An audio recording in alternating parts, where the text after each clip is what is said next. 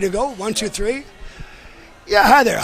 We're at the Strathcona Hotel here in downtown Victoria. And I've got my friend here, two-time world champion kickboxer Stan Peterec. I'm here to ask him a couple of questions about his life and where it's going to, and where it was. So, Stan, you're born and raised in Port Alberni? Yeah, I don't tell anybody that, but go ahead. Yeah, no, I'm quite proud to be from Port. Yeah. So, how did you first start doing the, say, karate or martial arts? You know what? I was playing hockey. We were all playing hockey back then, like every kid does. But I think I was about 14 or 15 years old, and I just saw a piece of paper on a pole for a gym opening up, and it was karate. And I thought, at that time, I was having a problem with a bully. Guy was making life hard for me at school and stuff like that. So you're saying a bully? This guy just picked me out of the crowd, and we were on the soccer field one day, and he just wanted to fight, and I didn't know he was already in junior high. We were in elementary, and he just kept coming around, smacking me around, and I would avoid him as much as I can. But Port Alberni's a small town, so this went on and on for 2 years.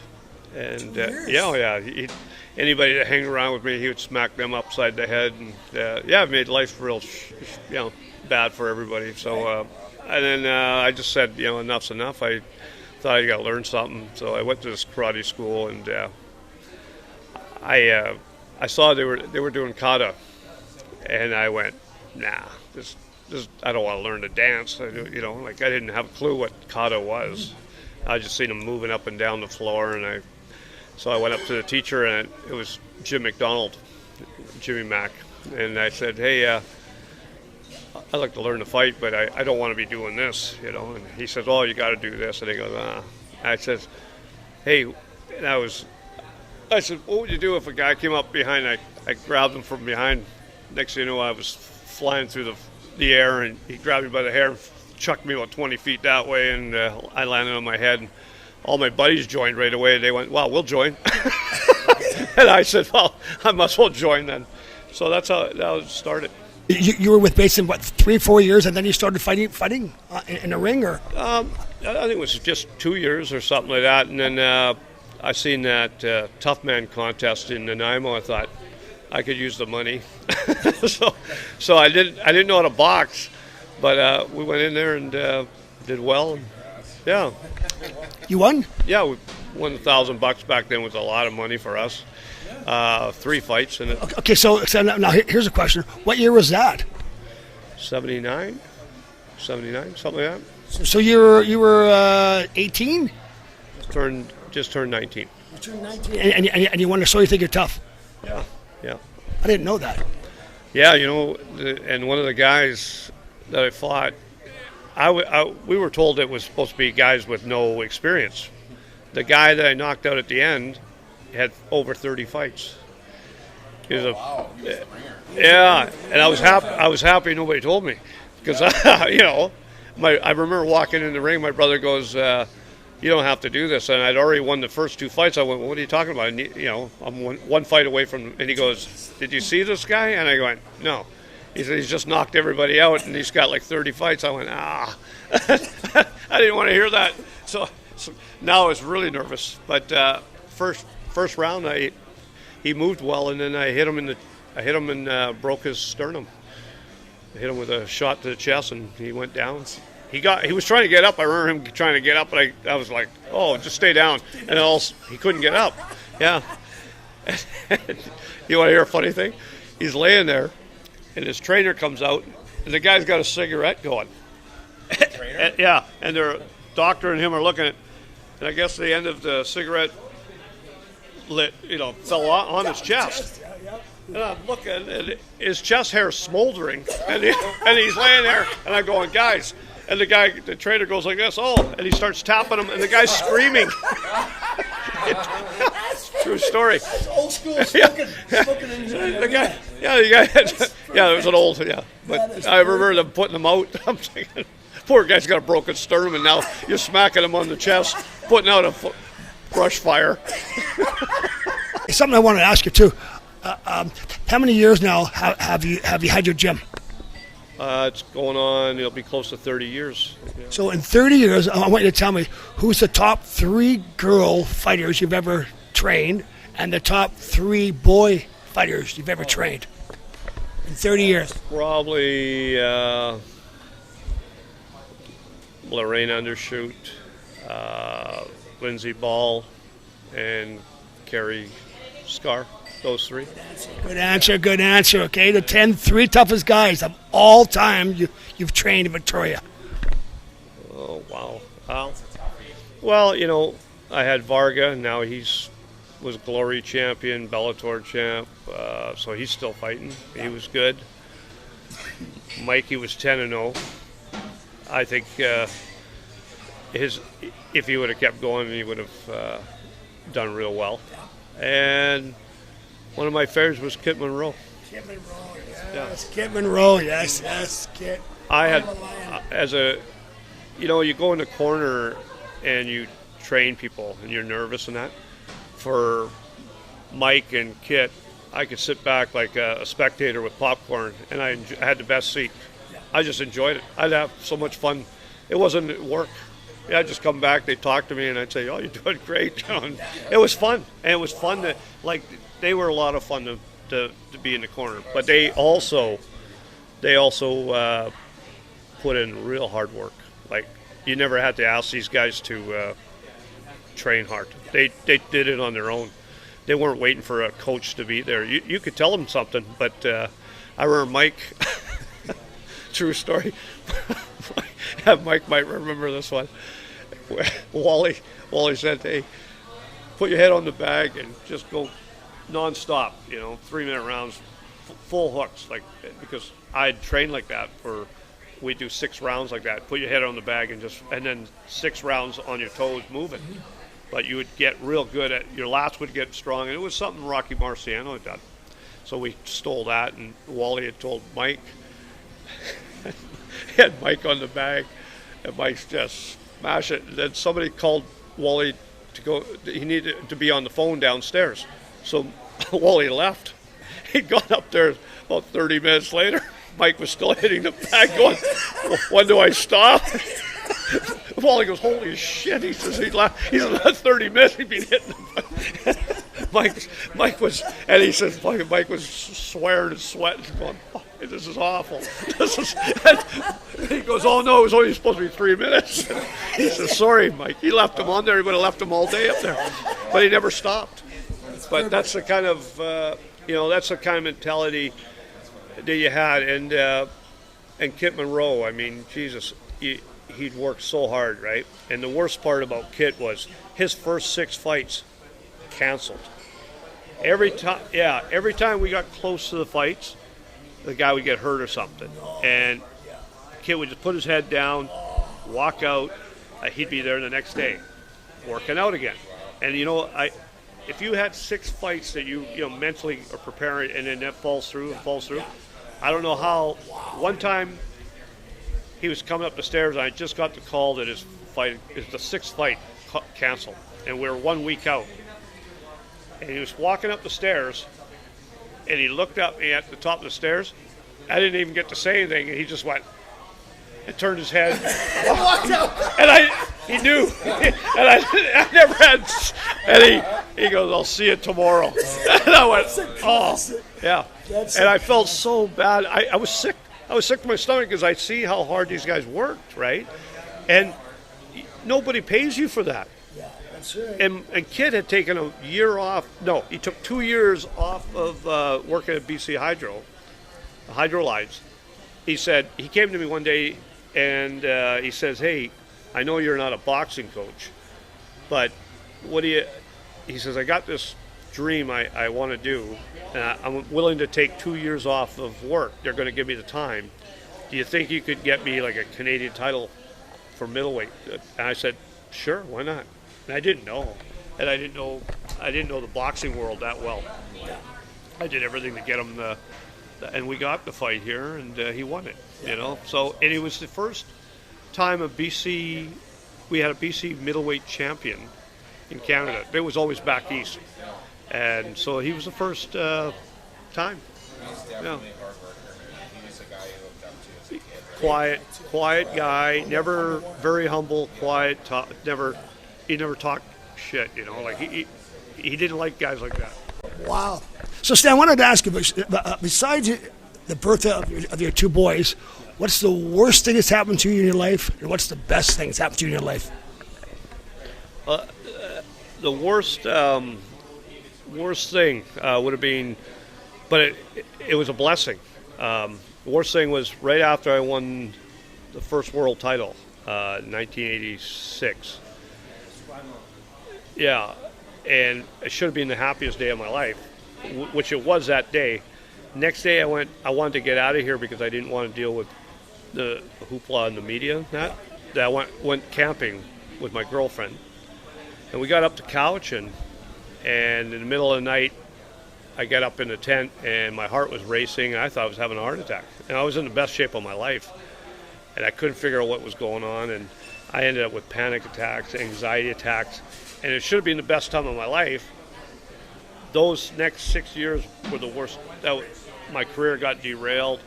I was up to 230 pounds from 154, and they had me on all these pills. And back then, they didn't really even know there wasn't even a word for anxiety attacks. They weren't like now. You hear about it all the time, but back then they were just throwing pills at you. And I was like a bomber pilot. I was, gaining weight. My short-term memory was gone. I couldn't find my car. I was just a mess. Lost my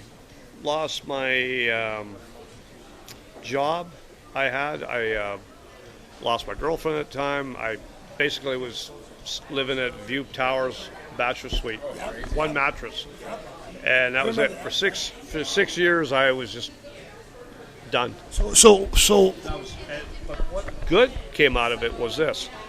I started walking. I'd stopped feeling sorry for myself, and I started walking a couple of blocks, jog, and all of a sudden, in my mind, I said, well, I'm going to get that belt. Like, they stripped me of my belt and everything. Like, they couldn't wait around for me to defend my... And at that time, I had a fight on NBC in Texas. It was a televised fight, and I lost out. Would have, could have made some good money, and especially in the States, right? It would have been, if you made a good splash, make big name, it would have done well for myself.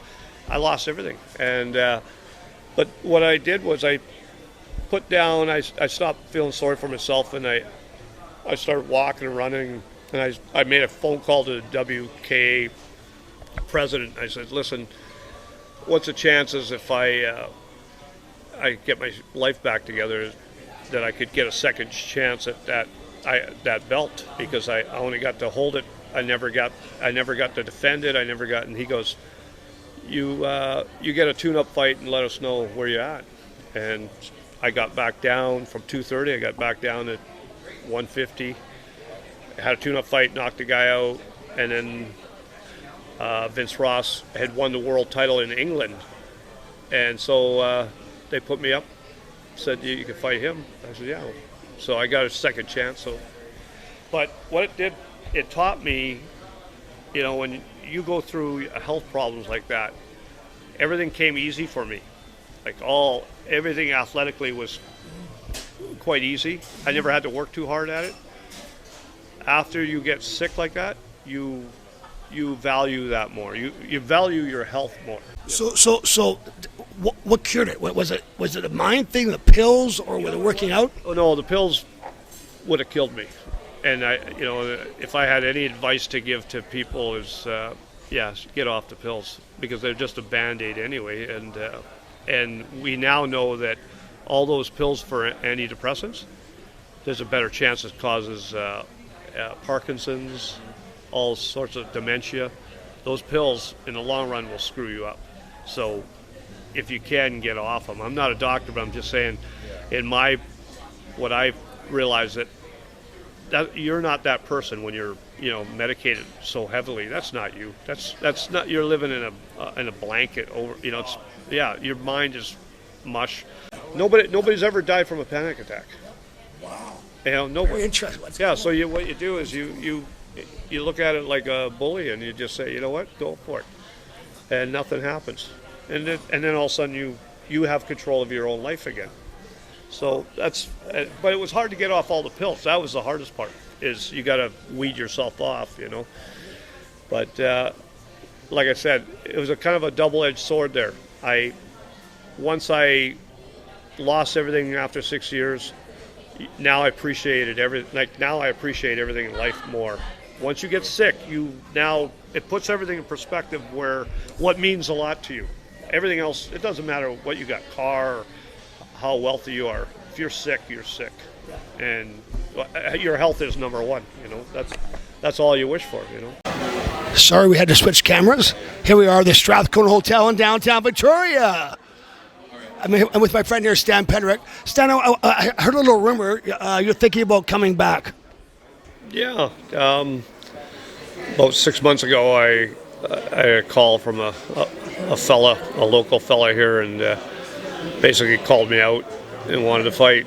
So I just said to him, that'd be fine, but we gotta go through a lot with the commission, and in that way, meaning medicals, because after 60, they're not too fond of 60-year-olds getting in the ring again. So I got to pass all the medicals, and I said if it goes well, which I got a feeling it'll do fine, and I said, yeah, you're on.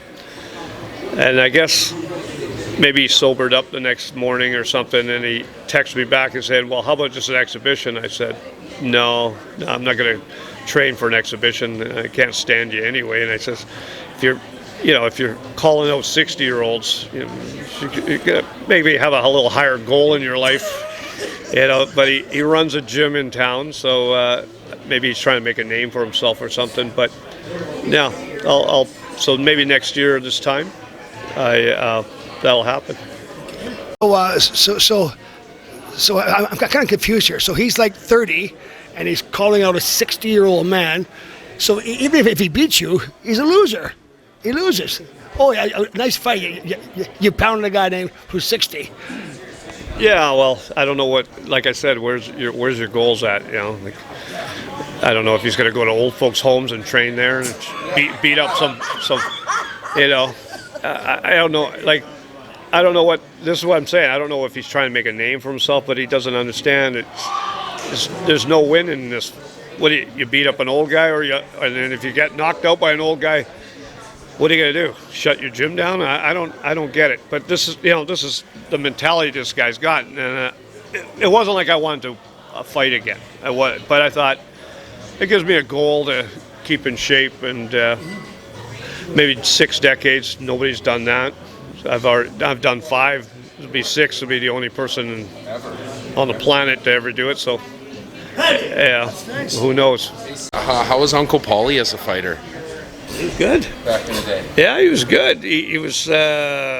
He never wanted to fight. He's always been a good guy and never start nothing. But when he had to step up, he stepped up. We went to a karate tournament in Seattle. He hadn't done nothing for 6 years or something like that. He pulls out his gi. We go down there. I lose. He wins the whole tournament. How's that go? Yeah. Yeah, baby. You know, I was just talking to Tage Lab the other day, and he was talking about how he was like, yeah, I saw Paulie throw down so many times in lacrosse. He's like, guy was tough, man. Easy. No. I was a nasty player. I wasn't a brawler though. Oh yeah, but you were that guy. Like he Cause said shit. that in practice, you guys would just be practicing, and that Paulie would work you hard in practice, like you were rough. Oh yeah, for sure. Yeah. That's it. Yeah, hi there. We're just signing off here with my friend Stan Peterec, 2-time world champion kickboxer. We're going to do some more updates down the road featuring his training up to his next fight. He's 60 years old. He's going to be fighting some gentleman in Victoria, hopefully, and we'll go from there. So I want to thank you for your time, Stan. Yeah, no, it was fun. It was nice to see you guys again. Yeah. Okay, and Gym, where's the gym at? And Stan Peterec's gym is on 831 Fisgard Street. 841 Fisk. 831. 831 Fiskard, Victoria, BC. Stan Peterec's Kickboxing and Boxing Gym. Yeah, we got everything there. MMA, kickboxing, Krav Maga, everything's there. You also got Jason Height there. Yeah, Jason's done real well. Got a bunch. Most guys that you could have on a national team came from Victoria for Canada's national team. So he did well. And Jason Height won a bronze medal at the Commonwealth Games, was it? Yeah, and he's also fought in Madison Square Garden as a pro. Yeah, he's done real well. Yeah. Okay, on that note, thanks for your time, folks, and we'll see you next time.